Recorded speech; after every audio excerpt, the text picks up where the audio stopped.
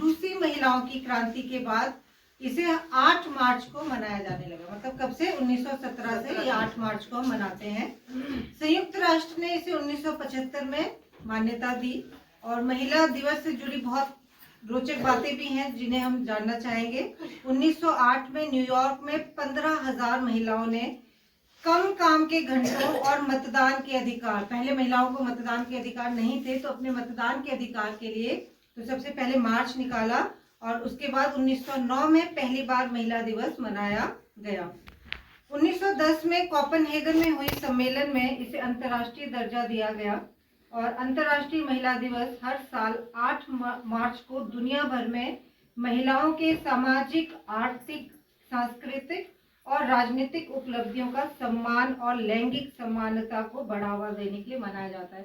अगर हम लैंगिक समानता की बात करें तो हमारे पूरे देश में आजकल जो है ये टॉपिक बहुत सेंसिटिव है और बहुत ज़्यादा इसके ऊपर चर्चा की जाती है। हम स्कूलों में भी इस बात पे जोर देते हैं कि जो जेंडर इक्वलिटी है ये होनी चाहिए। पर्टिकुलर कोई एक जेंडर एक काम करने के लिए नहीं बना है। कई बार हम देखते हैं जो लड़कियां हैं उनको हम डांस के लिए लेके जाते हैं, बाकी काम में अगर बैंड बजाना है तो वहाँ लड़कों की ही ड्यूटीज लगाते हैं। तो जेंडर इक्वलिटी में दोनों जेंडर जो है वो एक्सचेंज करते हैं। अब हम स्टेज में बॉयज को भी लाते हैं और ड्रम्स के लिए लड़कियों को भी ले जाते हैं।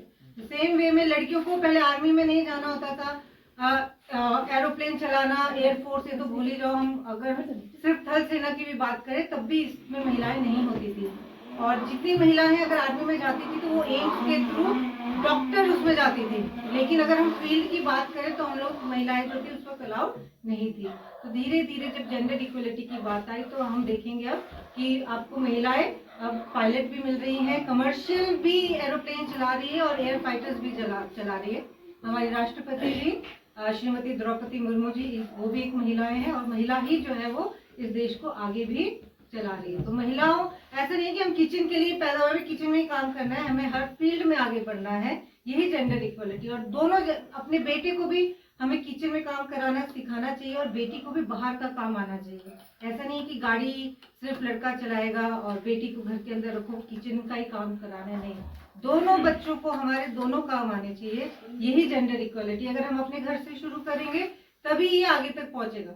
हम अपने घर में ही नहीं शुरू कर पाते इस चीज को, क्योंकि हम मोस्टली जो महिलाएं होती हैं हम किचन में ही रह जाती हैं। और जो काम भी कर रही है तो वो भी पहले किचन का काम करके ही ड्यूटी पे जाती है। मतलब एक ड्यूटी से जाके दूसरी ड्यूटी पे जाती है, फिर वहां से फिर ड्यूटी पे वापस आती है। तो ये जो काम है दोनों में, दोनों जेंडर में बराबर बंटना चाहिए। कोई कलर या कोई भी काम ऐसा नहीं है जो पर्टिकुलर एक जेंडर का है। आप कोई भी कलर आप पहन सकते हैं, कोई भी काम आप कर सकते हैं। इसके लिए किसी पर्टिकुलर जेंडर के लिए कुछ भी ऐसा नहीं कि वो वही काम करेगा। तो बस हमें हिम्मत होनी चाहिए कि हम लोग करना चाहते हैं कि नहीं, क्या हम अपनी बेटियों को आगे बढ़ाना चाहते हैं या नहीं।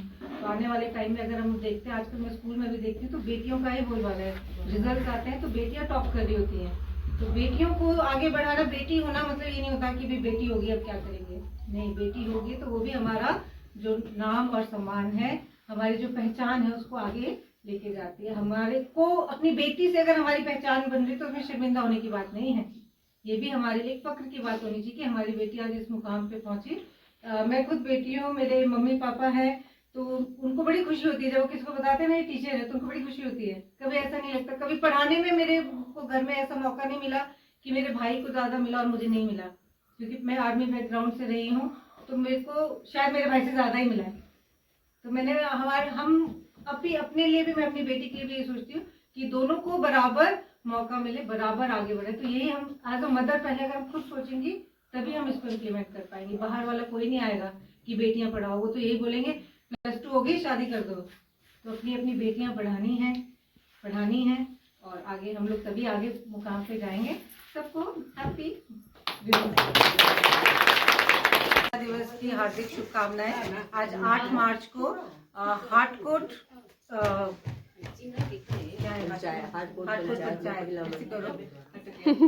क्या बोलना। नमस्कार। आज सभी माताओं बहनों को सबको आज हार्दिक महिला दिवस की हार्दिक शुभकामनाएं। आज हम लोगों ने 8 मार्च को हाटकोट पंचायत में जितनी भी महिलाएं थी हम सब इकट्ठे होकर महिला दिवस को मनाया है। इसमें हम लोगों ने नाच गाना किया और एंजॉय किया सभी ने अपने लेवल पे। और हम लोगों ने ये भी प्रण लिया कि हम सभी अपनी अपनी बेटियों को अच्छे से पढ़ाएंगे और बेटा और बेटी में कोई भी अंतर नहीं रखेंगे, एक बराबर उनको संस्कार, सम्मान और पढ़ाई देंगे। और इसी के साथ हम लोगों ने आज सबने यहाँ पे खूब एंजॉय किया और मनाया। धन्यवाद।